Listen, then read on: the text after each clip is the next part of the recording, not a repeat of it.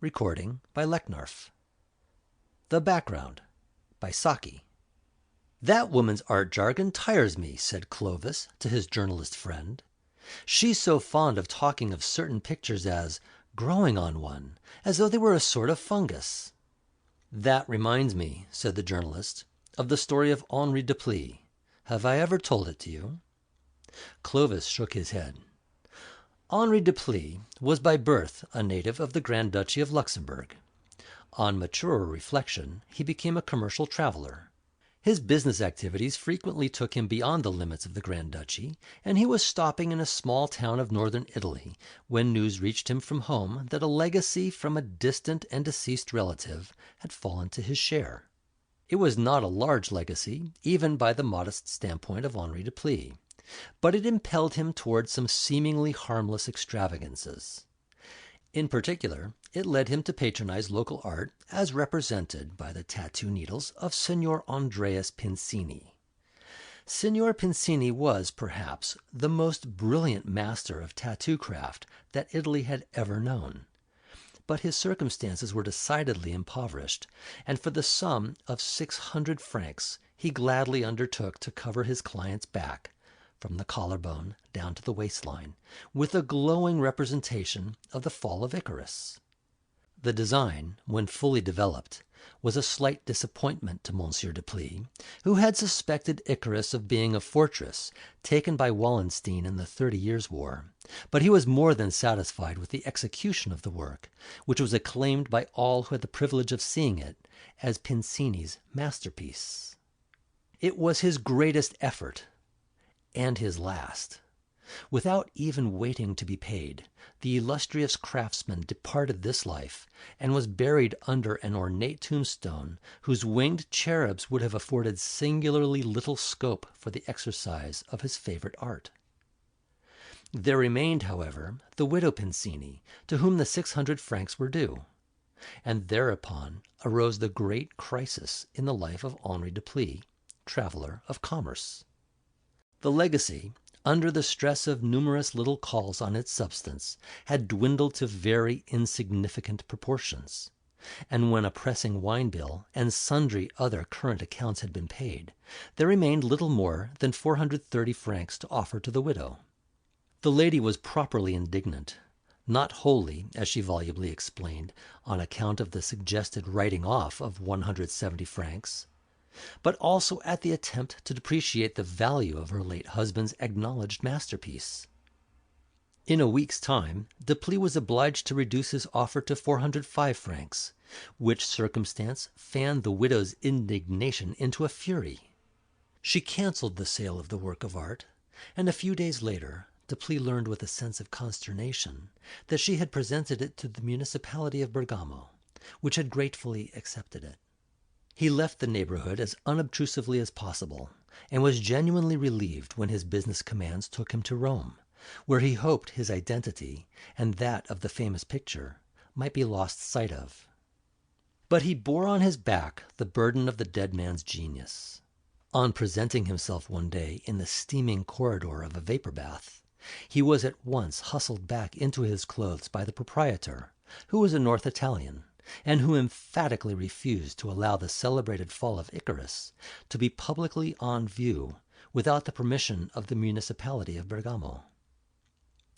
Public interest and official vigilance increased as the matter became more widely known, and Deplis was unable to take a simple dip in the sea or river on the hottest afternoon unless clothed up to the collarbone in a substantial bathing garment. Later on, the authorities of Bergamo conceived the idea that salt water might be injurious to the masterpiece, and a perpetual injunction was obtained which debarred the muchly harassed commercial traveler from sea bathing under any circumstances. Altogether, he was fervently thankful when his firm of employers found him a new range of activities in the neighborhood of Bordeaux. His thankfulness, however, ceased abruptly at the Franco-Italian frontier. An imposing array of official force barred his departure, and he was sternly reminded of the stringent law which forbids the exportation of Italian works of art. A diplomatic parley ensued between the Luxembourgian and Italian governments, and at one time the European situation became overcast with the possibilities of trouble. But the Italian government stood firm. It declined to concern itself in the least with the fortunes or even the existence of Henri Deplis, commercial traveler, but was immovable in its decision that the fall of Icarus by the late Pincini, Andreas, at present the property of the municipality of Bergamo, should not leave the country. The excitement died down in time, but the unfortunate Deplis, who was of a constitutionally retiring disposition, found himself a few months later once more the storm center of a furious controversy. A certain German art expert, who had obtained from the municipality of Bergamo permission to inspect the famous masterpiece, declared it to be a spurious Pincini, probably the work of some pupil whom he had employed in his declining years. The evidence of Deplis on the subject was obviously worthless, as he had been under the influence of the customary narcotics during the long process of pricking in the design. The editor of an Italian art journal refuted the contentions of the German expert and undertook to prove that his private life did not conform to any modern standard of decency. The whole of Italy and Germany were drawn into the dispute, and the rest of Europe was soon involved in the quarrel. There were stormy scenes in the Spanish Parliament, and the University of Copenhagen bestowed a gold medal on the German expert, afterwards sending a commission to examine his proofs on the spot, while 2 Polish schoolboys in Paris committed suicide to show what they thought of the matter. Meanwhile, the unhappy human background fared no better than before, and it was not surprising that he drifted into the ranks of Italian anarchists. 4 times at least he was escorted to the frontier as a dangerous and undesirable foreigner, but he was always brought back as the fall of Icarus, attributed to Pincini, Andreas, early 20th century. And then one day, at an anarchist congress at Genoa, a fellow worker in the heat of debate broke a phial of corrosive liquid over his back.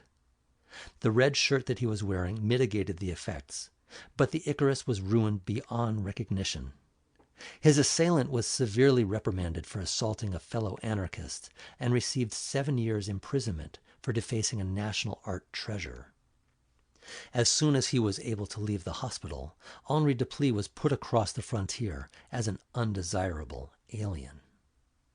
In the quieter streets of Paris, especially in the neighborhood of the Ministry of Fine Arts, you may sometimes meet a depressed, anxious-looking man who, if you pass him the time of day, will answer you with a slight Luxembourgian accent. He nurses the illusion that he is one of the lost arms of the Venus de Milo, and hopes that the French government may be persuaded to buy him. On all other subjects, I believe he is tolerably sane. End of The Background. Recording by Lecknarf.